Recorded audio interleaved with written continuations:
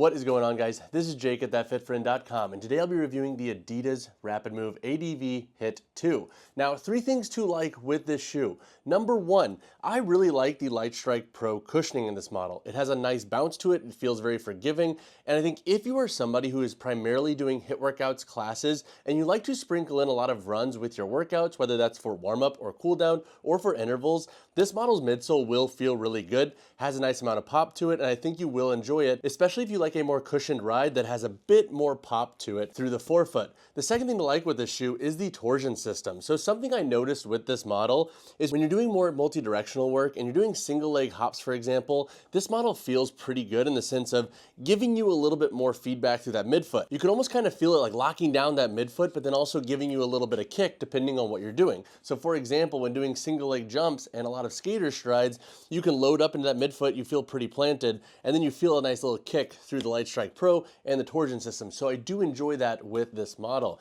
The third thing to like with this shoe is if you like a little bit of arch support in your training shoes for HIIT workouts or just general training, this model can be a great option to go with. But now let's talk about a couple of cons that I have with this model.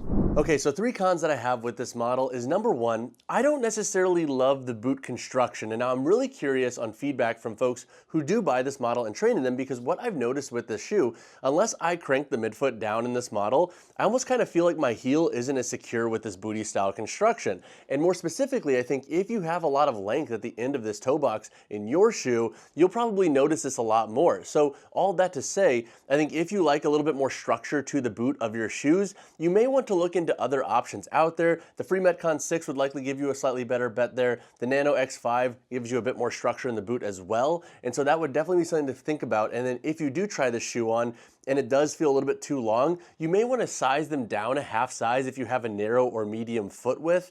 That may help there, but that also takes me into my second con with this shoe, which is if you have a wider foot or a flatter foot, you're probably going to want to steer clear of this shoe. So you do have a pretty aggressive arch in this model, and so if you have a flat foot and you hate any form of arch in your training shoes, that would definitely be a knock on this model. And then also you have this pretty aggressive taper up here in the toe box. Now the base of the forefoot is pretty wide, but if you have a very boxy foot and towards the end of your toe box you need more room for your littler toes, that would definitely be something to consider with the shoe. I don't think it's going to give you enough width. And if you're looking into Adidas shoes that have a slightly more rounded toe box, and if you want a shoe for HIIT and versatile training, the RapidMove, the normal model, can be a decent bet. And then also the Drop Set 3 can be a great bet if you need a shoe for lifting and a little bit of plyos and athletic style work. The third con that I have with the shoe isn't necessarily a con. It just really comes down to the preferences that you have out of your training shoes, and that is the stability of this model is not going to be the best. Like with most HIIT-focused shoes, you have a fairly high stack height, you have a very thick midsole, and so anything over 225 pounds in this model, I started to notice compression of the midsole. So if you do need a shoe for HIIT workouts and strength work, you will want to look into other models. The Innovate F-Lite can be a great bet, especially if you want a wider fit. The Nano X5, once again, can be a really good option. And then you also have models like the Rad 1 that can be a great pick for that blend of strength and HIIT training that's going to give you more density through that midsole. So definitely think about that before you invest in the shoe if you have a strength ask or a stability ask out of the trainers you're looking for. To break down the performance of this model, I'll discuss how they do for lifting, cross-training, short runs, and daily wear. In the context of lifting, if you are somebody that goes to the gym and you just do some general strength work, whether that's accessories, some machine work, some lighter barbell work, this model can work. Again, I think the threshold of this shoe when it comes to loading them is around 225 pounds. So if you are squatting, if you are deadlifting more than that, you'll likely want to ditch this shoe because again, you're gonna have a lot of rock in this model, and with the narrower toe box, I don't necessarily love them for toe splay. But when it comes to things like split squats, lunges, any form of like kettlebell strength work or even lighter machine work, this model will be fine. You have enough grip, and again, you will get enough structure to be able to train under 225. You'll just have some limitations there. So definitely think about that once again if strength training is a big part of your weekly training. When it comes to cross training and more specifically HIIT and athletic style workouts, I have really enjoyed this shoe. Now that said, I do have to crank the laces down a little bit to prevent any form of that heel security issue coming up. But once I do that, this model has performed exceptionally well for plyometrics, for jump rope, for circuits with kettlebells. It gives you a nice amount of responsiveness through this Lightstrike Pro midsole. And I think if you're really big on having that very responsive midsole for your training, you'll also really enjoy this shoe. This shoe I I think is going to excel for that type of workout where you're doing some lighter strength stuff, some plyos, and then also short interval runs. I think that is where this model is going to excel the most, and I think that's where the midsole and just the features of it are going to feed into it the most. You have a nice lip up here on the outsole to give you additional grip. You have a synthetic overlay to help give you additional security, and then with this torsion system and the beveled heel back here, it makes transitions between cross-training movements and plyos into short runs really smooth and very easy and a lot more forgiving than other models out there. So for cross-training, I do really enjoy this shoe. When it comes to short runs, I was actually very shocked and surprised at this model's performance. They feel really good for that ask, and I think if you're running anywhere from like 2 to 3 miles in your workouts, this model can do a pretty good job at that distance. I think they're going to excel the most for shorter intervals. So for example, 800 meter to 1,000 meter bouts, this shoe did a really great job. Now, would I use them for something like high rocks? I am not sure yet because I didn't necessarily love the Continental grip for heavier sled work on softer turf. So that would definitely be something to consider, but when it comes to that distance that you'll traditionally see in high rock style workouts, that is where this midsole I think is going to excel the most, especially for forefoot and midfoot strikers that like a lot of pop in their training shoes. When it comes to daily wear, this model is okay. I wore them out and about for 2 full days of wear, and they were comfortable, but my issue with them is that the arch can start to feel a little bit aggressive, I think, and the lack of toe box width, it's just not my favorite thing. I would rather have a wider toe box if I'm gonna have a training shoe on my feet all day. Plus, you do have some exposed foam here on the outsole, so that can be problematic for situations where you're navigating dirt and water. So all that to say, when it comes to the breakdown of the shoe's performance for lifting, I would give this shoe a 6 out of 10, keeping in mind that it's not built for strength training necessarily. When it comes to cross training, I would give the shoe an 8.5 out of 10. When it comes to short runs, I would also give the shoe an 8.5 out of 10. And again, it has been a pretty dang good hybrid style training shoe from a HIIT short run context. When it comes to daily wear, I'd give the shoe a 6.5 out of 10. And again, that has to do with the arch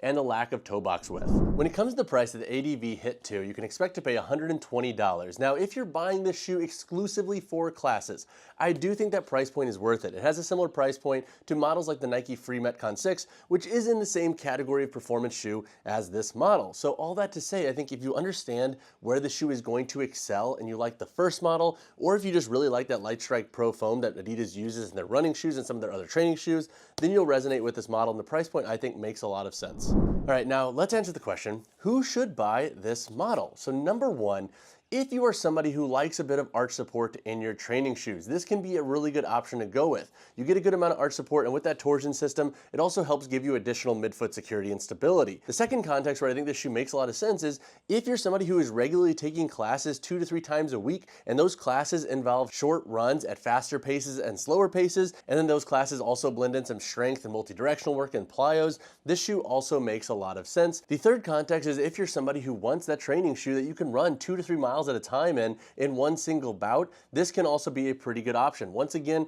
it is a little bit more forgiving than other training shoes for running and training asks. Now, who should pass on this shoe?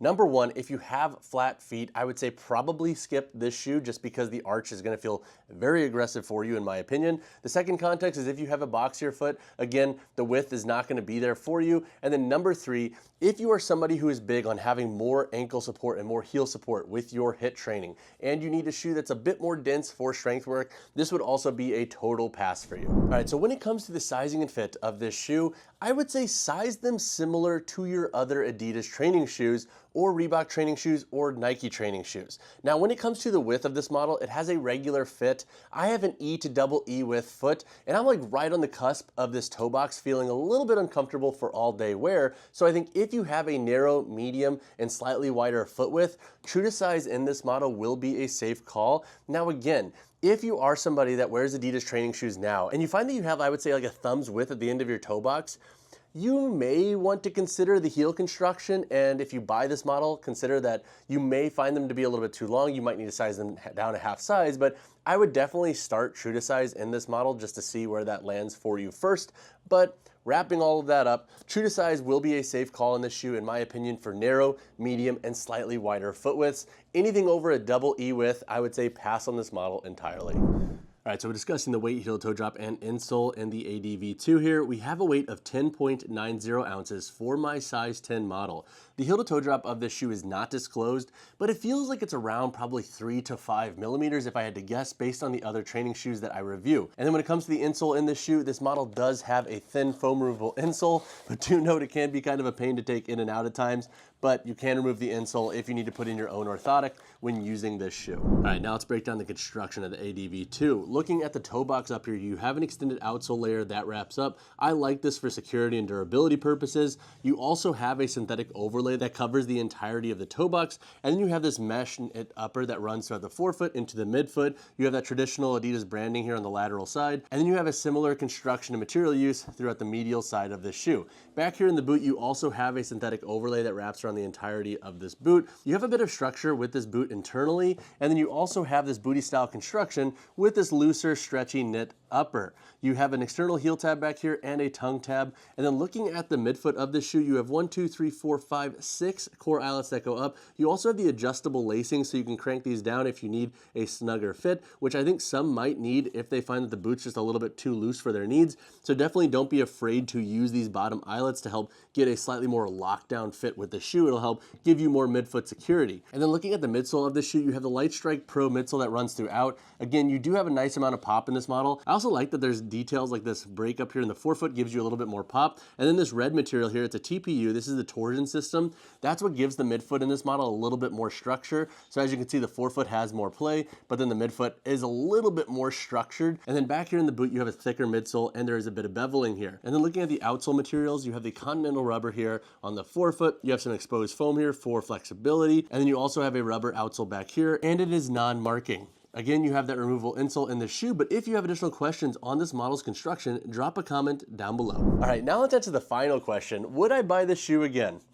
I probably would. It has been a pretty strong performer for my hybrid workouts. Now, there are things that I don't necessarily love about it, but I think if you go into the shoe and you understand where it's going to excel and fall short, then I think you will be happy with your purchase. I do think the boot could be reworked on future models. I don't love this looser knit hanging above the boot and the structure of the ankle, but that is a nitpick that I think will work for some, but then others might just genuinely not like it, like myself, who has a bit more of OCD with the training shoes. But if you have additional questions on this model, drop a comment down below or reach out to me personally, whichever you prefer. And as always, y'all, drop a like on the video, drop subscribe to the channel. I'll see you guys in the next one.